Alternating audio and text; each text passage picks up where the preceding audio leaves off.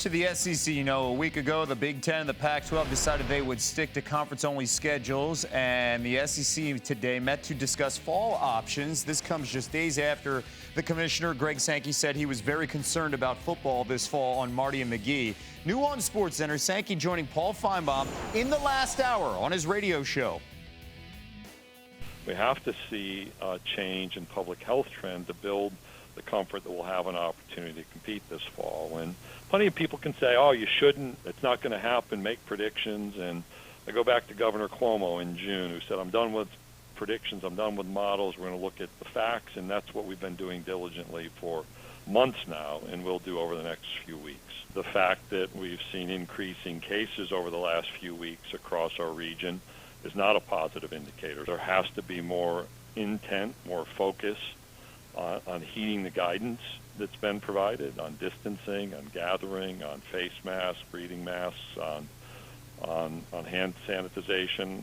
It'll be important to watch what happens over the next 2 or 3 weeks. Those aren't overly hopeful comments, and I want to be clear about that. They're realistic, but the reminder of how we have to watch what's happening in the health arena around us. Paul Finebaum joining us now. So circumstances related to COVID must improve as the league will reevaluate the situation later this month.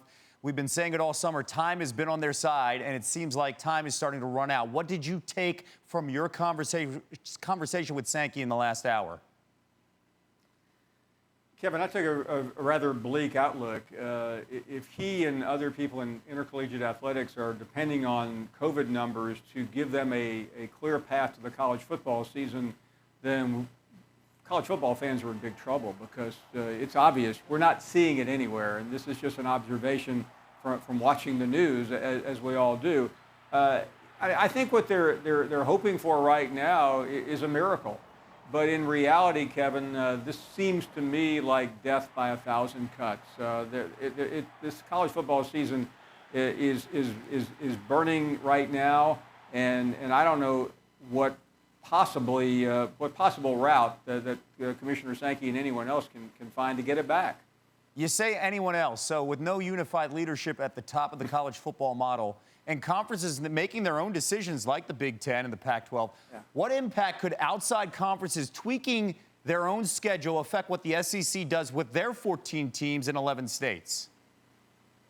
That's really interesting. I asked him about Kevin Warren and the Big Ten, and he didn't want to go there because these 5 commissioners, Kevin, are supposed to be working collaboratively because we don't have an overall czar of college football. Mark Emmert, the NCAA president, does not have much authority here. So Sankey did not say that everyone would be out for themselves, but in a sense, he said it could go that direction. And that's the scary part, that you could see the Pac-12 theoretically or someone else not play college football, and maybe 2 or 3 other leagues do play. But right now, that is how chaotic college football is. I know baseball seems like it's up in the air, but they have a commissioner. College football has nothing. Paul, down the road, we'll make you commissioner of all of college football. And I say that half jokingly, considering we do not have answers about this big situation down in the fall with the future. Paul, thank you so much. And here's a look at a handful of D1 conferences, how they're handling the fall sports season right now. The ACC has delayed the start of the season for everything but football until September, while both the Big Ten and Pac-12 have announced they will only play conference games. The Patriot League announcing today that it would not play sports in the fall at all, joining the Ivy League, who made the decision last week. Thanks for watching ESPN on YouTube. For live streaming sports and premium content, subscribe to ESPN+.